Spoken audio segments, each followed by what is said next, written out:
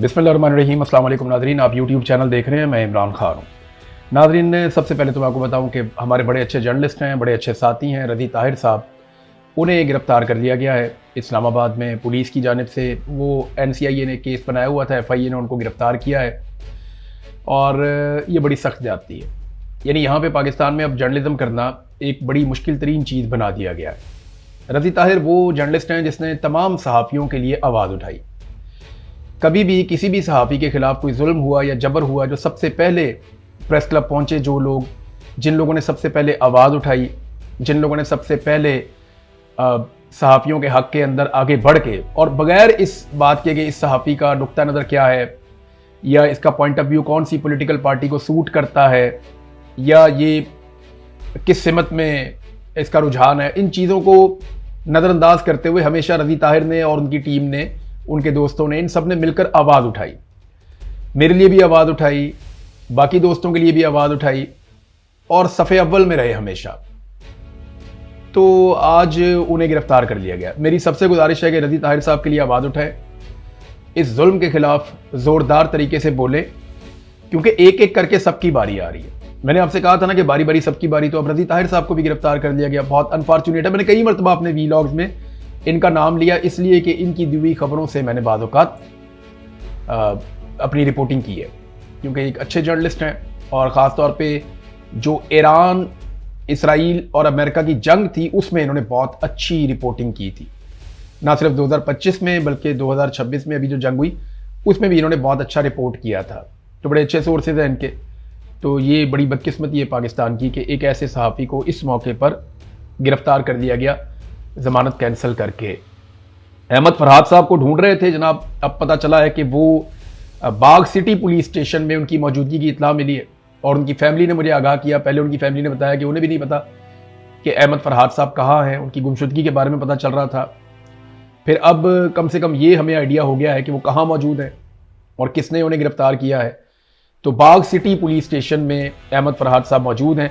जल्द अज जल्द उनकी रिहाई होनी चाहिए। सबको इसके लिए भी आवाज़ उठानी चाहिए।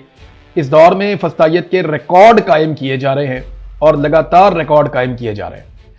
नाज़रीन, अलीमा खानम साहिबा मिलने गई इमरान खान साहब को दोबारा जेल में, और दोबारा जेल में इमरान खान साहब की मुलाकात अलीमा खानम से और बाकी दो बहनों से नहीं करवाएगी। इमरान खान साहब की मुलाकातें अब बहुत लंबा अरसा हो गया है, तब से बंद है। इस मौके पर अलीमा खानम ने वहां पर इन्होंने अलामती धरना भी दिया और कुछ बयानात दिए। वो बयानात मैं आपके सामने रखता हूं। एक तो उन्होंने जो चीफ जस्टिस हैं इस्लामाबाद हाई कोर्ट के, उनके ऊपर उन्होंने तनकीद की। उन्होंने कहा हाई कोर्ट के चीफ जस्टिस ने क्रिमिनल हरकत की है, उनके बच्चे और फैमिलीज ये याद रखेंगे और रखना भी चाहिए। ये जो चीफ जस्टिस डोगर है ना, उनके बच्चे उनसे ये सवाल जरूर करें, आप हमारे भाइयों की तरह हैं, आप हमारी फैमिली की तरह हैं, आप लोग भी खानदानी लोग होंगे, लेकिन अपने बाप से आप लोग पूछें जरूर कि ये क्या कर रहे हैं, वो क्या ये इंसाफ है और कानून है। एक तो 15वें नंबर से आपके अब्बा जी को उठा के लाके लगा दिया गया यहां पे इस्लामाबाद हाई कोर्ट में, और लगाया मिलिट्री एस्टेब्लिशमेंट ने एक आईनी तरमीम के जरिए से। तो अगर आ ही गए हैं तो इंसाफ करें ना। आप अपने वालिद से पूछें कि 1.5 साल हो गया उन्होंने इमरान खान का, जो कौम का सबसे मकबूल लीडर है, उसका केस क्यों नहीं लगने दिया। अपने वालिद से पूछें कि वो क्यों रोड़े अटकाते हैं। अपने वालिद से पूछें कि उनके फैसलों पर अमल दरामद नहीं हो रहा है, इमरान खान की उनकी फैमिली से मुलाकात नहीं हो रही, डॉक्टर नहीं मिल रहे। ये आपके वालिद की जिम्मेदारी थी, लेकिन वो ये नहीं कर रहे। आपके वालिद को क़यामत वाले दिन ये सारा नतीजा भुगतना पड़ेगा। अपने वालिद को रोकिए, इस दलदल में जाने से रोकिए। वो कैसे जवाब देंगे इतने सारे लोग जब क़यामत वाले दिन उनका गिरबान पकड़ लेंगे। तो उनके बच्चों से, बच्चियों से मेरी गुजारिश है, जो जो जज साहिबान ज्यादती कर रहे हैं, जुल्म का हिस्सा बन रहे हैं, जो ब्यूरोक्रेट जुल्म कर रहे हैं, कत्लेआम कर रहे हैं, जो पुलिस वाले, जो बाकी एस्टेब्लिशमेंट के लोग, जो भी गलत कर रहा है, उनके घर में फैमिलीज तो है ना, उनकी बीवियां हैं, बच्चे हैं, वो उनसे पूछें, उनको रोकें कि ये जुल्म बंद कर दो। आप ये दौलत कमा के, ये नाम, ये शोहरत कमा के आप साथ अपने कब्र में नहीं लेकर जा सकेंगे।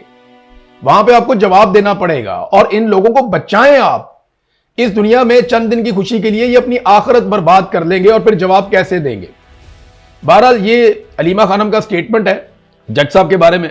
फिर उन्होंने कहा जी हैरान कुन इमरान खान को कैद तन्हाई में रखा गया। जेल वाले इमरान खान से कहते हैं सेल की चाबी गुम हो गई है, पंखा और बिजली भी बंद कर दी जाती है और इमरान खान साहब सेल के अंदर बंद रहते हैं। यानी जब कई दिन तक इमरान खान साहब को सेल के अंदर रखा गया था तो यह भी कहा गया था कि जेल की चाबी हमारी सेल की गुम हो गई, लिहाजा अब हम इस सेल को खोल नहीं सकते।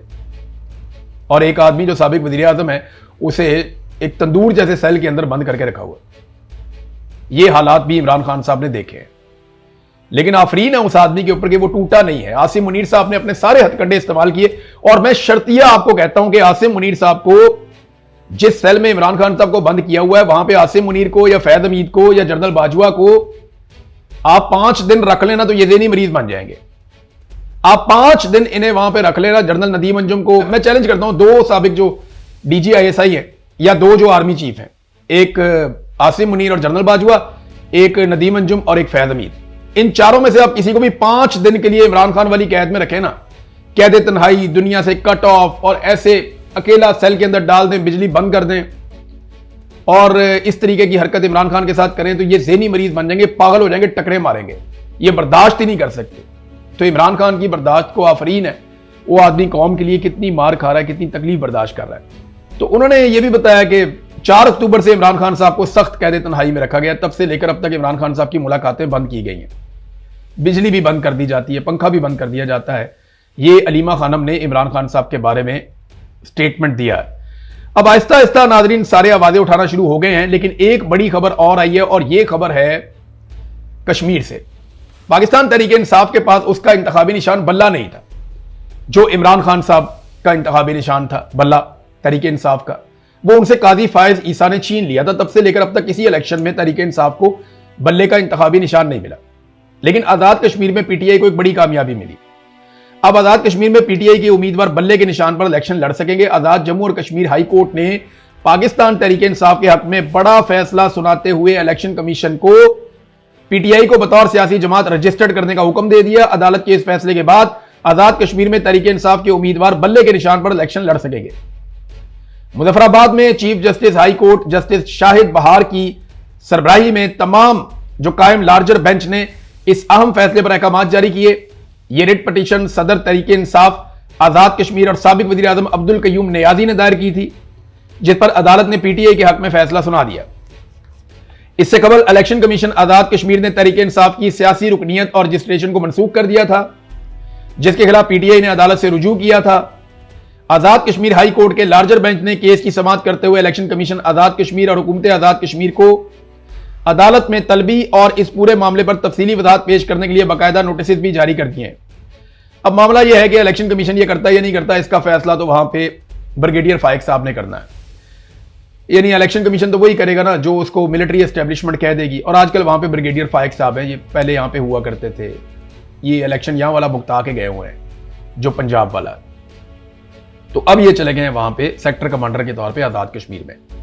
अदालत ने तो फैसला दे दिया, बल्ला मिलता है या नहीं मिलता ये एक अलग बात है, और बहुत कम इम्कान है कि बल्ला मिलेगा। अगर बल्ला मिल भी गया तो इलेक्शन नहीं मिलेगा, क्योंकि आजाद कश्मीर में आजाद इलेक्शन नहीं होगा। वहां पे जो है वो एक 2 नंबर इलेक्शन करवाया जाएगा और कोशिश की जाएगी कि अवामी उमंगों के खिलाफ वहां पे एक कठपुतली सरकार बनाई जाए, जैसी कठपुतली सरकार हमेशा बनाई जाती है।